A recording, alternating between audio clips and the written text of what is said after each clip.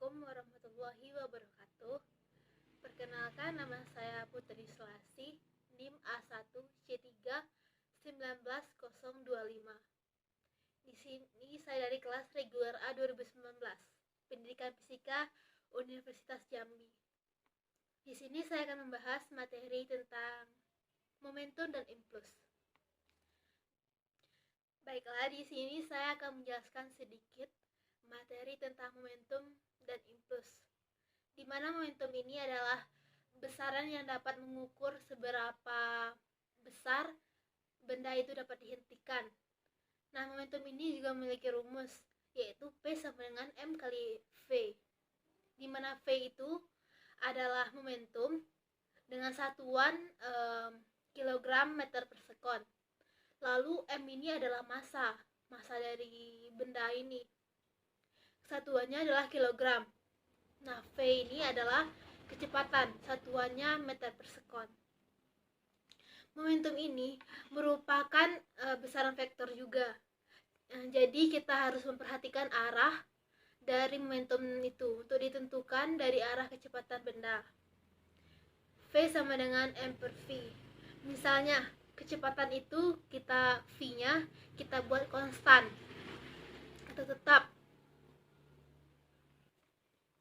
Lalu jika kita tingkatkan massanya, maka otomatis V-nya juga akan semakin besar. Kenapa? Karena massa dan P-nya atau momentum itu adalah berbanding lurus. Jadi jika massanya besar, maka momentumnya juga besar atau tinggi. Nah, jika momentumnya itu besar, maka benda itu akan sangat sulit untuk dihentikan. Nah, dapat kita contohkan seperti mobil truk dan sepeda motor.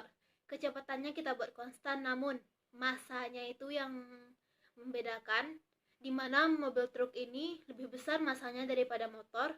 Maka dari itu, jika kita ingin menghentikan, kita harus mempunyai usaha yang sangat berat untuk menghentikan truk tersebut, karena massanya juga besar. Nah, lalu materi tentang impuls. Impuls ini adalah gaya yang bekerja pada suatu benda pada selang waktu tertentu. Nah, lambang impuls ini adalah I besar, di mana rumusnya I sama dengan F kali delta T, di mana I ini adalah impuls dengan satuan Newton sekon, di mana F ini adalah gaya, satuannya Newton, delta T ini adalah selang waktunya, di mana satuannya itu adalah sekon. Nah, pasti kita juga berpikir, apa sih hubungan antara impuls dan momentum? Mengapa mereka saling berdekatan atau saling berkesinambungan? Kita bisa melihat atau mereview kembali hukum Newton 2, di mana di situ adalah gaya yang kita aplikasikan atau F sama dengan M kali A, di mana A itu adalah percepatan, M itu adalah massa, F itu adalah gaya. Nah, jika F sama dengan M dikali A itu kita ubah lagi menjadi delta V per delta T, di mana delta V ini adalah perubahan percepatan. Nah, delta T ini adalah selang waktunya. Jika kita kali silangkan, maka didapatlah hasil F kali delta T sama dengan M kali delta V, di mana F dikali delta V ini adalah impuls. Maka kita bisa membuat rumusnya I sama dengan M kali V2 dikurang V1. Mengapa? F kali delta T ini adalah impuls, yaitu kita bisa mengganti rumus tersebut dengan I sama dengan M dalam kurung V2 dikurang V1. Kenapa delta V itu menjadi V2 kurang V1? Karena itu adalah perubahan percepatannya atau selang percepatannya.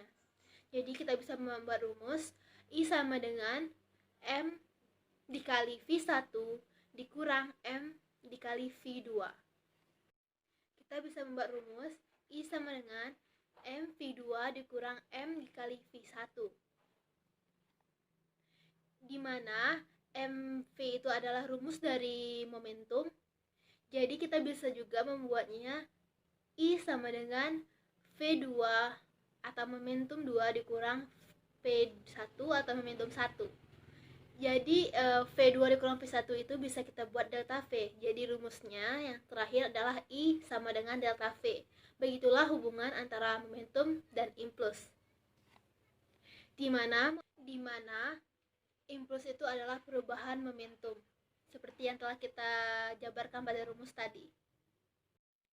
Momentum dan impuls mempunyai suatu hubungan yang dikenal dengan nama teorema momentum impuls, yaitu impuls yang dikerjakan pada suatu benda sama dengan perubahan momentum yang dialami benda tersebut, yaitu benda antara momentum akhir dan benda antara momentum awal melibatkan sedikitnya dua benda.